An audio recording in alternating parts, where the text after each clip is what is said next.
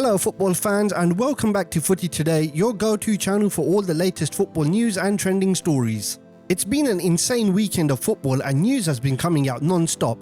We've picked 4 interesting stories for you that you may have missed, and they include Manchester United's apparent want-away striker Joshua Zirkzee could be involved in a swap deal, Arsenal want to sign an 18-year-old star who is similar to Barcelona's Lamine Yamal, Real Madrid are planning major changes to the club's ownership in order to keep funding Kylian Mbappe, Jude Bellingham and Vinicius Jr.'s contracts, and Aston Villa are being accused of wasting millions of pounds as one of their new signings fails to impress.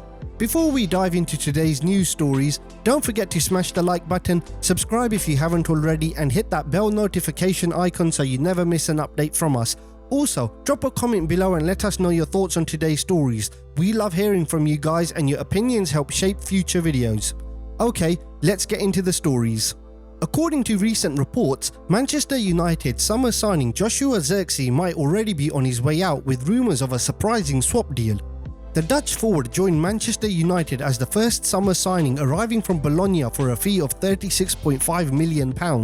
His impressive record in Serie A of 12 goals and 7 assists in 37 appearances set high expectations. However, his form at Old Trafford has been underwhelming. Zirkzee started his Premier League journey on a high, scoring on his debut as United beat Fulham 1-0.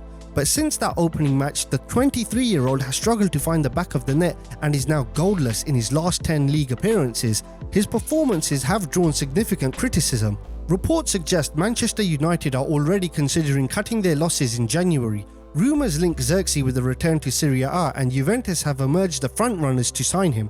Juventus appears to be a natural destination for Zirkzee given his prior connection with the current manager Thiago Motta from their time at Bologna. Zirkzee could provide a much needed boost to their attacking options.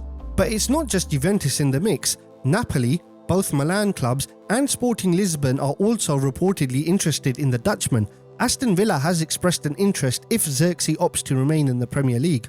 In a surprising twist, reports suggest that Zirkzee could move to Juventus as part of a swap deal involving Douglas Luiz. The Brazilian midfielder joined Juventus from Aston Villa last summer but has struggled to adapt and could leave in January. Luiz has reportedly failed to establish a strong relationship with Juventus manager Thiago Motta, and his lack of impact has seen him fall out of favour. A swap deal with Zirkzee could be a practical solution for both clubs.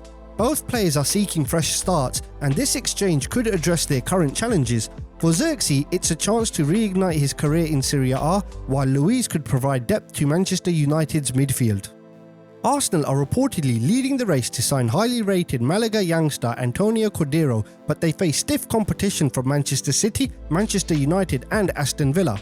The 18-year-old attacking midfielder has been turning heads this season in Spain's second division, where he's already notched 3 goals and 3 assists. His standout performances have caught the attention of clubs across Europe.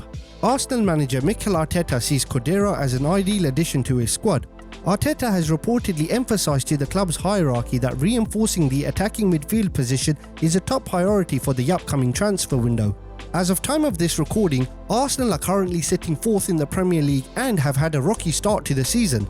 Without Martin Odegaard, who's sidelined for 3 months due to injury, the Gunners have struggled for creativity. This lack of spark in midfield has impacted their form. Arteta believes a strong January reinforcement in midfield could be the key to reigniting Arsenal's title hopes. Antonio Cordero, a rising star in Spain, has emerged as a leading candidate. After parting ways with Fabio Vieira and Emile Smith-Rowe in the summer, Arsenal have been scouting potential replacements. The young Spaniard fits the bill perfectly and is seen as a long-term investment for the North London side. Cordero joined Malaga in 2021 after spending time at several Spanish clubs during his youth career.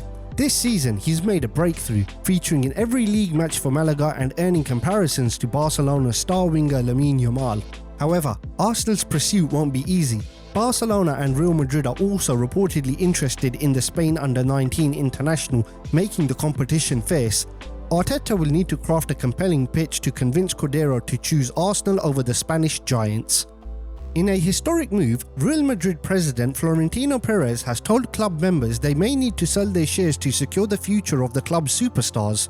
Since their founding in 1902, Real Madrid has been owned and operated by its members known as socios. But now, for the first time ever, Perez is reportedly pushing for the gradual privatization of the club to manage mounting debts and fund the astronomical wages of their world-class players. Under Perez's leadership, Real Madrid has become synonymous with big-name signings and record-breaking contracts. From Cristiano Ronaldo and Mbappe to Vinicius Jr. and Jude Bellingham, Los Blancos have never shied away from paying top dollar to secure the world's best talent. But these expensive deals, combined with major investments like the multi-million euro refurbishment of the Bernabeu, have left the club with significant debt. To address this, Perez's plan involves encouraging members to sell their shares, paving the way for outside investors to step in. There's a major challenge though. Real Madrid's over 100,000 members are deeply loyal, with many memberships passed down through generations. Convincing them to sell could be an uphill battle. This isn't the first bold financial move from Perez. He was a key architect of the failed European Super League, a controversial attempt to counter the financial dominance of the Premier League. Now, with La Liga revenues lagging behind, Perez is searching for alternative ways to raise capital. Ian Maatsen made his much anticipated first Premier League start for Aston Villa on Saturday afternoon, but it was a day to forget for the Dutch defender. Facing Crystal Palace at home, Maatsen's performance raised eyebrows, and his substitution after 69 minutes left many questioning whether his signing was a costly mistake. Signed for a hefty £37.5 million in the summer, Maatsen was brought in with high hopes of replacing Lucas Digne as Villa's first-choice left-back. However, Unai Emery has largely favoured the experienced Frenchman this season, relegating Maatsen to brief appearances from the bench. Saturday's clash with Crystal Palace was Maatsen's chance to prove his worth, but instead of seizing the opportunity, his performance fell flat. Struggling defensively and contributing minimally in attack, Maatsen was fortunate to avoid a red card for a foul on Ismaila Sarr, an incident that Sky Sports' Mike Dean insisted was 100% a red card. Moments later, he was substituted, with Digne coming on to deliver a polished 20-minute cameo. Villa's decision to invest in Maatsen came at the cost of moving Alex Moreno to Nottingham Forest, where the Spaniard has thrived as their first-choice left-back. Meanwhile, Lucas Digne has continued to hold down the starting spot at Villa Park, leaving Maatsen desperate for minutes on the bench. This underwhelming debut is a stark contrast to Maatsen's impressive 6-month loan at Borussia Dortmund last season. The 22-year-old was highly sought after during the summer transfer window, with Chelsea offloading him to Villa to ease financial pressures. Expectations were high, but his slow integration into the squad and lack of impact raises concerns. In Saturday's game, Maatsen failed to register a single tackle, managed just one interception, and created only one chance. His performance will undoubtedly add to the scrutiny surrounding Villa's decision to spend such a significant amount on the defender.